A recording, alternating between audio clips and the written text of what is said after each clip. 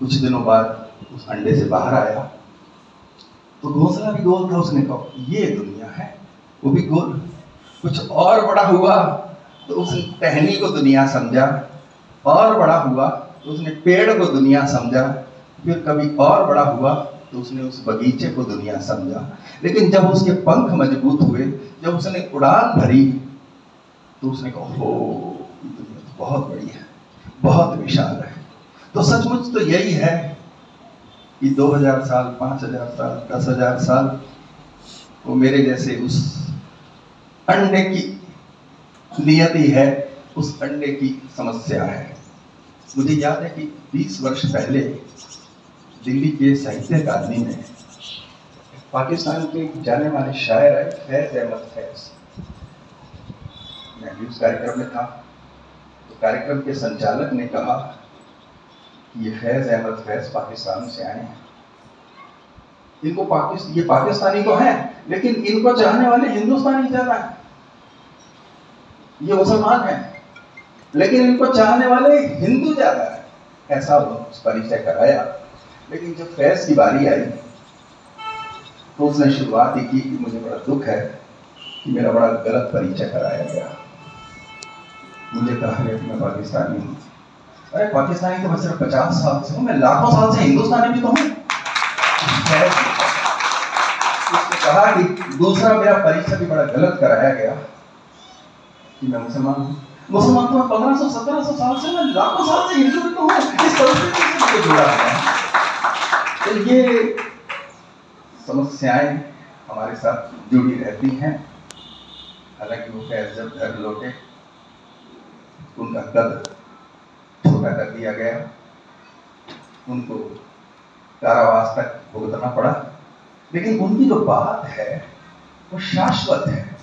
वो दुर्भाग्य की बात यह है कि उस फैज की परंपरा से जुड़े हुए लोगों तक ये नहीं पहुंच पाई, उसके हृदय तक नहीं पहुंच पाई। इसलिए वो इस राष्ट्र से नहीं जुड़ पाए, इस राष्ट्र तक, राम और राष्ट्र तक वो नहीं पहुंचे। आपने बिल्कुल ठीक कहा कि माता पिता के वचन उस काल के अंदर कैसे भी लगे परिस्थितियों में, वो आंवले की तरह उस समय बेशक कड़वा हो लेकिन बाद में मीठा लगता है आंवला। माता पिता के वचन मीठे लगते हैं, लेकिन हम चूंकि अपनी सीमा में बंधे हुए, हमारा ज्ञान, हमारा अनुभव सीमित है, तो पिता की बात हम नहीं समझ पाते। लेकिन राम जी ने समझी। वो तो ये कह रहे हैं कि पिता ने मुझे ये कानन राज्य दिया है, वन का मुझे राज्य दिया है। और अगर राम भी विद्रोही हो जाते तो क्या हो जाते? वो अधिकतम वो राजकुमार थे, अधिकतम उस अयोध्या के या अवध के राजा हो जाते, इससे ज्यादा नहीं हो सकते थे। अगर पिता की बात ना मानते, विद्रोह कर देते, पिता को, माताओं को और लोगों को, 4 लोगों को बंदी बना दो, जैसा कि हमारे फैज के परंपरा के लोगों ने हमारे इतिहास में वर्णन करता है अपने पिता और भाइयों के साथ क्या क्या किया। तो राम जी भी कर लेते तो क्या हो जाते? केवल राजा। लेकिन उन्होंने पिता की आज्ञा के मानी, उन्होंने जो पालन किया वो राजा नहीं, वो महाराजा भी नहीं, वो इस विश्व के नायक हो गए। सबके हृदय के अंदर वो स्थापित है राम, और वो राम उनके प्रतीक बन गए। प्रत्येक व्यक्ति अपने आप को उनसे जुड़ा हुआ महसूस करता है। वो मानता है कि मैं राम का अंश हूं या मुझे राम होना चाहिए। ऐसा भाव उनके हर एक व्यक्ति के मन के अंदर है। आपने बहुत ठीक कहा कि हम केवल राम के वंशज नहीं, हम राम हैं। पूरी बात करूंगा तो मुझे लगता है कि 2 दिन कम पड़ेंगे। मैंने भी ऐसा कोशिश की, युगे युगे राम के अंदर इसने थोड़ा सा अंश उसका दिया है।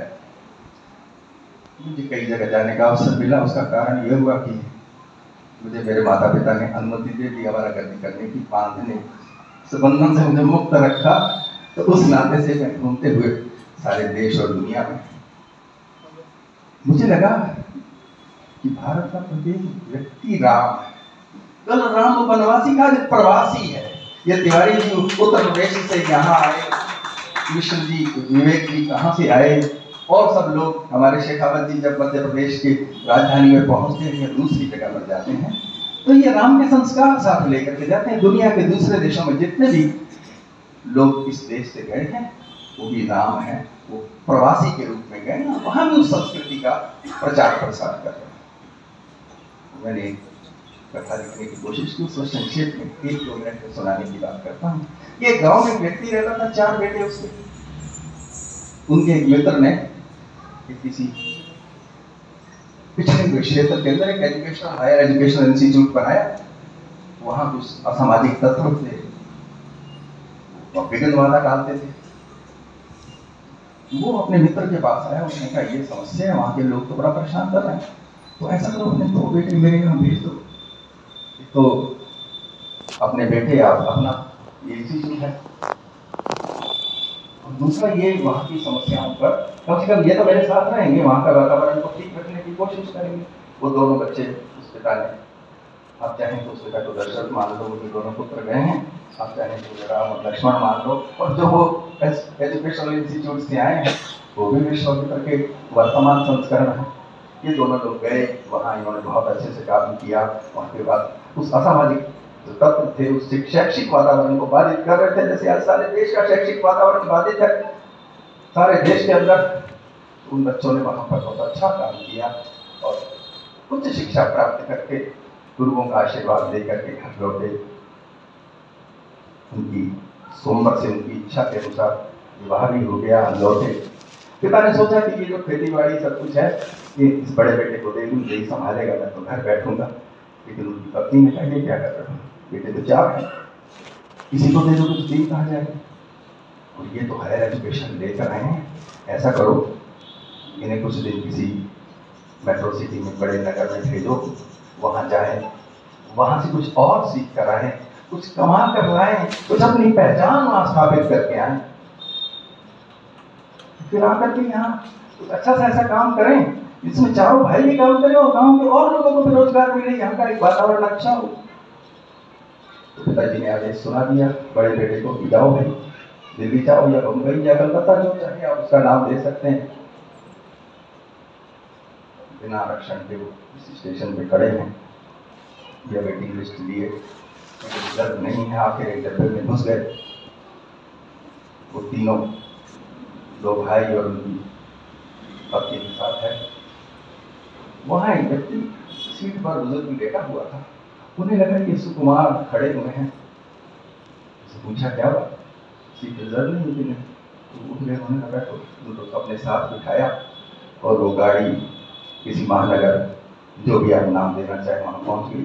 फिलहाल दिल्ली मान लो, भटके हुए लोग दिल्ली जाते हैं तो भटके हुए को सही राह आने वाले को दिल्ली पहुँचाना चाहिए। वो दिल्ली पहुँच गए, उन्होंने धन्यवाद किया उनका। तो उन्होंने उनसे पूछा कि महाराज आप हमारे लिए रास्ता इतना सुगम किया, आपका नाम क्या है? उन्होंने कहा केवट। उन्होंने नदी पार कराई थी, इन्होंने पार करा, पहुँच गए दिल्ली। बहुत सारे पैसे तो लेके आए नहीं थे, साधारण किसान के पुत्र। वहाँ उन्होंने किसी रिसेटलमेंट कॉलोनी में, किसी पुनर्वासित क्षेत्र में, किसी पिछड़े क्षेत्र में कमरा किराए पे ले लिया और दोनों भाई काम धंधा तलाशने, अनुभव की में वहाँ लगे रहे। एक दिन वो लौट कर आए तो उनकी पत्नी ने बताया कि इस क्षेत्र का कोई प्रधानुमा व्यक्ति है, वो तो बड़ा दुष्चरित्र है, बड़ी बुरी नजर से देखता है, मेरे पर क्या क्या कहता है। उन दोनों भाइयों ने उसकी थाने में रिपोर्ट दर्ज की, लेकिन कुछ नहीं हुआ। कुछ नहीं हुआ तो उन्होंने कुछ सम विचार लोगों से पूछा क्या कारण है, कुछ नहीं हो रहा। उन्होंने कहा इसकी नाभि के अंदर अमृत कुंड है, वोट बैंक का, ये सत्ता को वोट दिलवा सकता है, इसलिए कुछ नहीं होगा। फिर क्या करें? तो उन्होंने कहा फिर तुम सम विचार लोगों को इकट्ठा करो, तुम्हारे जैसे लोगों को, और जिनको कार्रवाई करनी उन तक ये मैसेज पहुंच जाए कि उसकी नाभि के अमृत कुंड के चक्कर में रहोगे तो इनका वाला अमृत कुंड तुम्हें सुखा देगा, तुम्हें चुनाव में हरा देगा, तुम्हें उससे पराजित करेगा।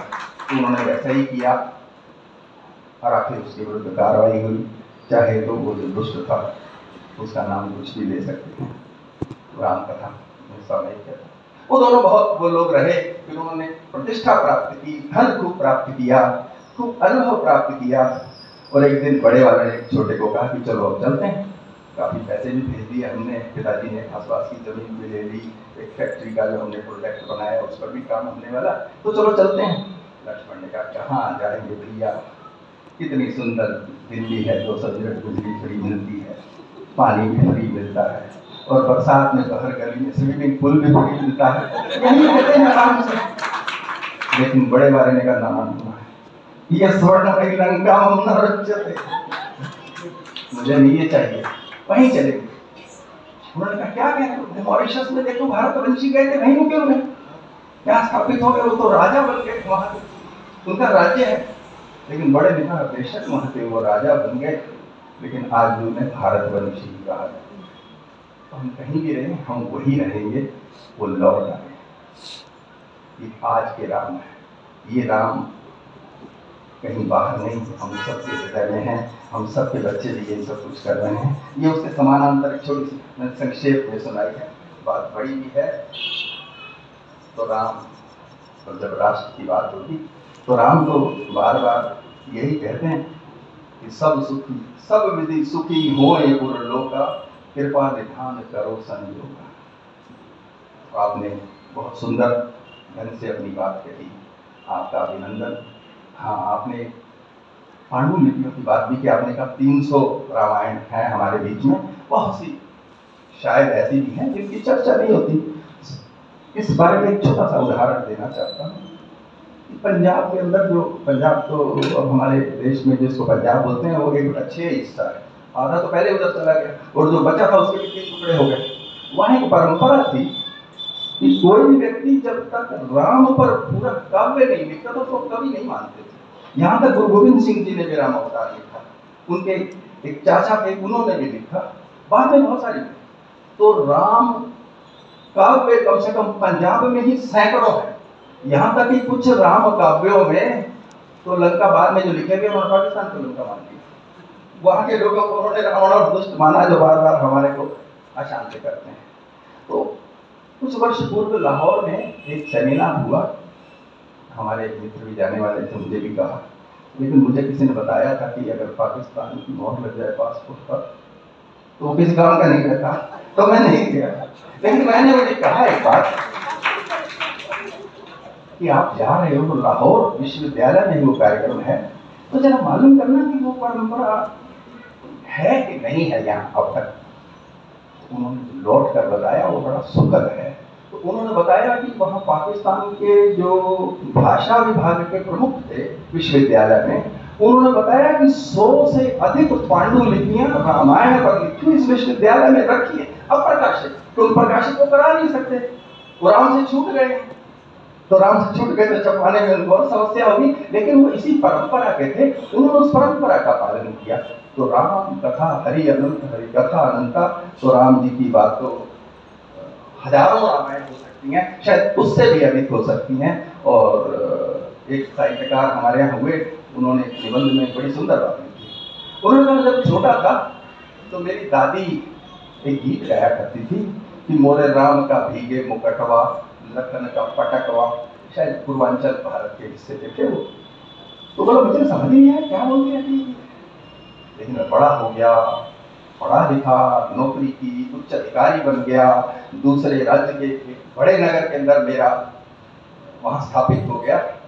तो एक बार एक मेरे मित्र का बेटा वहाँ आया परीक्षा देने के लिए, तो मेरे घर पर रुका, उसकी परीक्षा होगी। तो उन्होंने लिखा कि मैंने अपने बेटे को कहा कि मुझे ये मेरे मित्र का बेटा आया, ऐसा करो इसको थोड़ा घुमा फिरा दो, थोड़ा शहर में पहली बार आया, सिनेमा दिखा दो।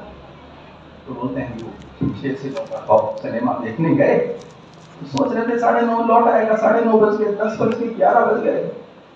जितनी देरी आप हो रही थी तो वो साहित्यकार पंडित रामचंद्र शुक्ल जी लिखते हैं कि उनको उस दिन समझ आया वो दादी क्या बोलती थी रोज, वो जो गीत बोलती थी कि मोरे राम का भीगे मुकटवा।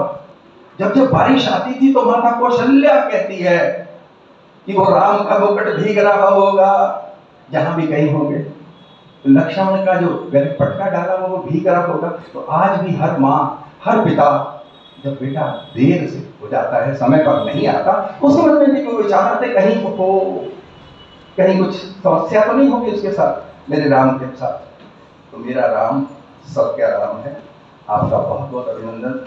आपने राम को इस ढंग से प्रस्तुत किया, इतना सुंदर परिकल्पना के लिए आपका अभिनंदन। संजीव जी ने बहुत अच्छी बात कही, हनुमान चालीसा, हनुमान जी पर आपकी इसका शोध कार्य है। आपने पवन तनय को, राम जी को एकाकार किया, बहुत अच्छा। लेकिन एक बात से मेरी असहमति, वैसे आपकी सब बातों से सहमति, एक बात से मेरी असहमति जरूर है और मैं असहमति दर्ज करना अपना कर्तव्य समझता हूँ। आपने कहा कि जो राष्ट्र और राज्य है ये एक, मैं नहीं समझता ऐसा है। ये राष्ट्र और राज्य की बात उस पश्चिम वालों ने कही है, एक है। एक छोटा सा उदाहरण बताता हूँ। एक व्यक्ति 1945 को ढाका के अंदर जन्मा, तो पता लगा वो उसका राष्ट्र भारत है। वो 5 साल का जब हुआ 1950 में, उसको स्कूल दाखिल कराने गए, या 6 साल का हुआ 51 में, तो बताया उसका राष्ट्र पाकिस्तान है। जब 25 साल बाद 75 में या 80 में उसका अपने बेटे को दाखिल कराने गया, तो उसका राष्ट्र बांग्लादेश हो गया। राष्ट्र इतनी तेजी से नहीं बदल रहा। राष्ट्र की एक संस्कृति है। जिन्होंने राम को जो छोड़ देते उनका राष्ट्र बदल सकता है, जो राम के साथ है उसका राष्ट्र बदल ही नहीं सकता, उसका राज्य बदल सकता है। राज्य सीमाओं से बंधा हुआ है, राष्ट्र सीमाओं से बंधा हुआ नहीं, वो संस्कृति से जुड़ा हुआ है, वो अपने पूर्वजों से जुड़ा हुआ है, वो अपने गौरव से जुड़ा हुआ है। तो राष्ट्र और राम पर मेरी विनम्र सहमति है। आप से मेरा यही अनुरोध है, मेरी असहमति को बेशक असहमत हूं उससे, लेकिन ये मेरा अधिकार है उस पर बात करने का। दिलीप भाई ने भी गौ की बात की, सच में जरूरत तो गाय को देखने की है। जब से हमारी गाय जब अनुपयोगी हो जाती है वो सड़क पर घूमती है, ये प्रचलन हुआ, तब से हमारे माँ बाप भी जब अनुपयोगी हो जाते हैं तो वो भी सड़क पर घूमते हैं, वो भी ओल्ड होम में पहुंचे। लेकिन वो शुरुआत है, वो आरंभिक बिंदु है, तो इससे मुक्त होना पड़ेगा। जिस गाय ने जीवन भर हमारी सेवा की है, हमें दुग्ध दिया है, हमें सेवा का अवसर प्रदान किया है, उससे दुग्ध लेते हुए भी, उससे इतना अमृत जैसा जो रतन प्राप्त करते हुए भी हम अपने आप को भगवान की भक्ति से जोड़ते हैं, कृष्ण की परंपरा से जोड़ते हैं। और अब वो इस योग्य नहीं रही तो अब उसको हम कसाई के हाथ से बेच दें, और कसाई जब आगे ले जा रहा हो ट्रक वाला, तो फिर पकड़ के हम उसको ठोके और फिर बोले हम गौ भगत है। वहां नहीं, गौ भक्ति दिखाओ, ट्रक पे मत रोको, यही द्वार पर रोको उस गाय को, उस कसाई को रोको, जो गाय को लेने आया, जो बेचने वाला है उसको रोको। क्या करें, हमें ट्रक रोकने की जरूरत नहीं है, हमें उस द्वार पर रोकने की जरूरत है। आपका बहुत बहुत अभिनंदन। लेकिन आपका पद वगैरह अंग्रेजी में बताया गया, मुझे समझ नहीं आया, इसलिए मुझे नहीं मालूम आप क्या है। पता नहीं, कभी एनी बोला, कभी मुझे एनी सुनाई दिया, कभी मल सुनाई दिया, मुझे नहीं मालूम कि एनी में कितना एनी है और कितना मल है। लेकिन जो कि आपकी भावना में कहीं मल नहीं, उसका विनोद करता हूँ। ये विनोद की बात इसलिए की कि आपने भी एक विनोद की बात की, मुझे लगा कि विनोद की बात करो, तब विनोद जी। और आपने रचना दीदी ने बहुत सुंदर बात कही। मुझे रचना दीदी से मिलने का, उनको सुनने का कई वर्षों का बड़ा पुराना अनुभव भी है। हमारे देवेंद्र कुमावत जी जो विनायक विद्यापीठ से पढ़ा रहे हैं, और सच तो यह है कि राम सेतु की बात की गई, जोड़ने के लिए सेतु चाहिए, और अच्छे भावना से जो सेतु बनाए जाते हैं वो कुछ ना कुछ विशेष करते हैं। ये रैली की बात की आई, ये देवेंद्र कुमावत जी तो ये स्वयं में ही सेतु है। तो इनको जिसने भी बनाया, उस परमात्मा ने, जिस माता पिता ने, जिस गुरुजनों ने, मैं उनका भी प्रणाम करता हूँ ऐसे सेतु को। और रचना दीदी ने कहा कि व्याकुल होना चाहिए, बिल्कुल होना चाहिए, लेकिन 12:15 बज गए हैं। हो सकता है आप में से कई लोग और किसी कारणों से भी व्याकुल हों, तो मैं उस व्याकुलता में ज्यादा बनूंगा, तो दूसरे सत्र में भी आपने मुझे सुनना है। हो सकता है इसी में ही सारी आपकी व्याकुलता समाप्त हो जाए। मैं फिर से इस नगर वासियों का, नगर पिता का, मध्य प्रदेश सरकार के यशस्वी मंत्री जी का आभार व्यक्त करता हूँ, जिन्होंने ये जो देश भर के जो लोग आए हैं, ये लोग नहीं है, इन्हें रोग है सबको, राष्ट्र जागरण का रोग है। तो ये उस राष्ट्र जागरण के रोगी, आजकल वो कहते हैं आई फ्लू फैला, उसमें आंख से आंख मिलाओ उसको भी हो जाता है। अगर आपने विवेक जी से आंख मिलाई होगी तो ये रोग आपको भी लगेगा।